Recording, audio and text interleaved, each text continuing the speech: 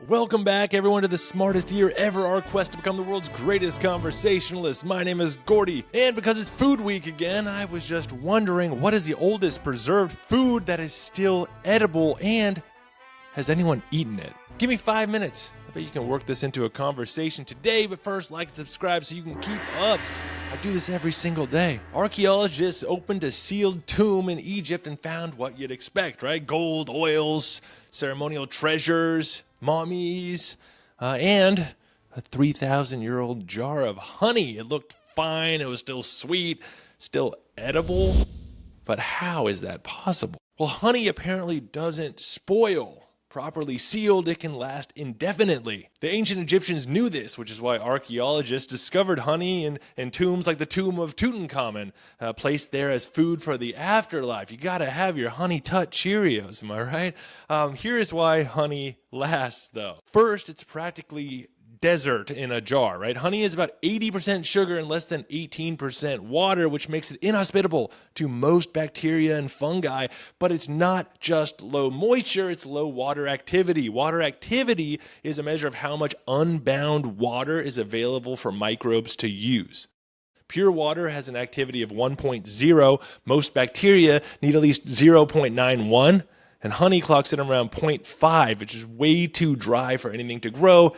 Even mold gives up in there, you know? So dry in here, I'm so thirsty. Let's leave this honey. Second, honey is acidic. Its natural pH sits around 3.9, like similar to orange juice, and that acidity helps denature microbial proteins and shut down bacterial growth. Third, as bees digest nectar, they actually add an enzyme called glucose oxidase, which slowly converts glucose into trace amounts of hydrogen peroxide. It's not enough to hurt you, but it is enough to fend off bacteria.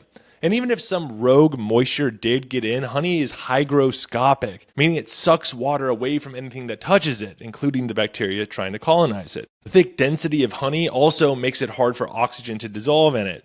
And the result is a substance that is naturally self-preserving. It's shelf-stable forever and still edible after thousands of years without refrigeration, additives, or packaging, really.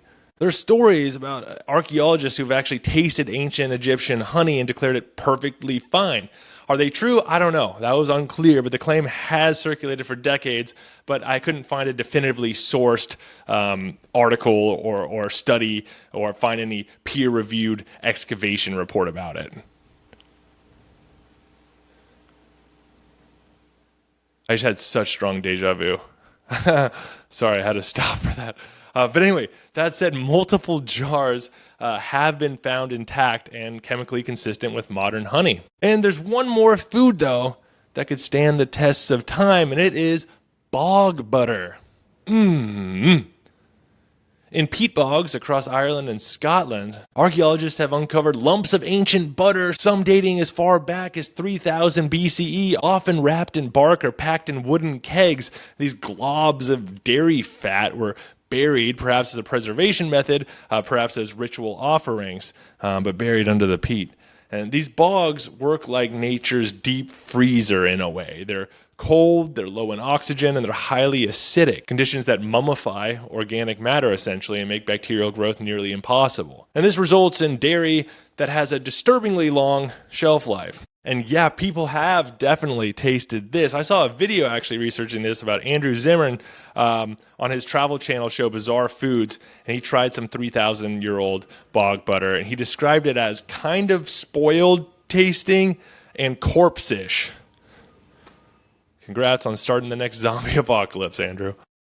But here are some other old foods that I found. Okay, Pompeii bread, carbonized in volcanic ash in 79 AD. So loaves were found still bearing the baker's stamp, perfectly preserved by the disaster. Also, a 2,500-year-old Zhou dynasty meat stew found sealed in a bronze vessel in a Chinese tomb. Yum, yum. Also, they found amphorae of wine, olive oil, and garum, which is a fermented fish sauce, recovered from ancient shipwrecks in the Mediterranean, some still sealed.